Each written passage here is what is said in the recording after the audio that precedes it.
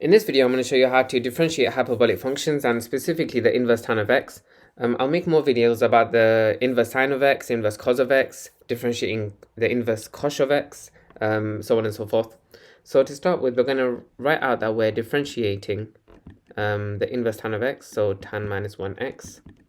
And we want to show that it's equal to, and we want to show that it's equal to 1 over 1 plus x squared.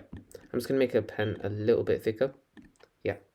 As our starting point, I'm going to let theta equal the inverse tan of x. And we're going to apply tan to both sides of the expression. Now, when you apply it to the right-hand side, the tan and the inverse tan cancel out and you're left with just x. What you now want to do is differentiate both of these sides with respect to x. When you do that, well, tan theta will differentiate to sec squared theta, but this is a form of implicit differentiation because you then have to multiply it by d theta by dx. Moving on to the next term, when you differentiate x with respect to x, it will just be 1. From there, you want to divide both sides by sec squared theta, so you get d theta by dx would be equal to 1 over sec squared theta. Now, we introduced theta originally as just inverse tan of x. So now we can replace it with inverse tan of x. And we can say 1 over sec squared and inverse tan of x. Now, from here is where we can make it equal to this term here. Because sec squared of the inverse tan of x is equal to 1 plus x squared. So that's why we can replace it as 1 over 1 plus x squared. If you'd like me to explain why this expression can be written as 1 plus x squared, please let me know in the comments and I'll make a separate video about that. But now that that's done, let's move on to the next part of this question. It wants you to not only use this, but differentiate it again and use that differentiated equation.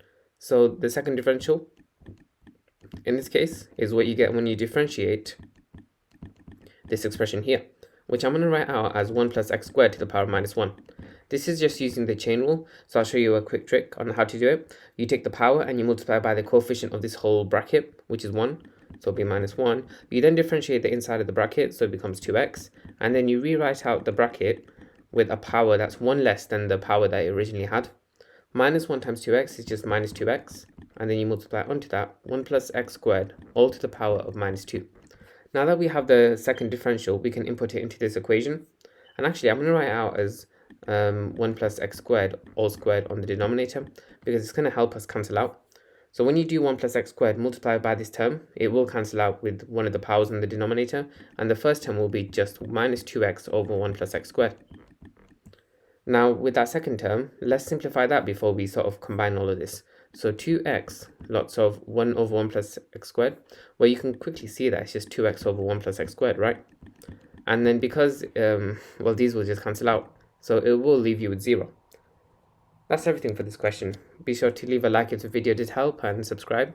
I'll post a lot more content relating to hyperbolic functions in the near future. Thanks for watching the video. I hope it helped. If you have any tutoring inquiries for A-level further maths, be sure to hit my website up at www.excellineducation.co.uk.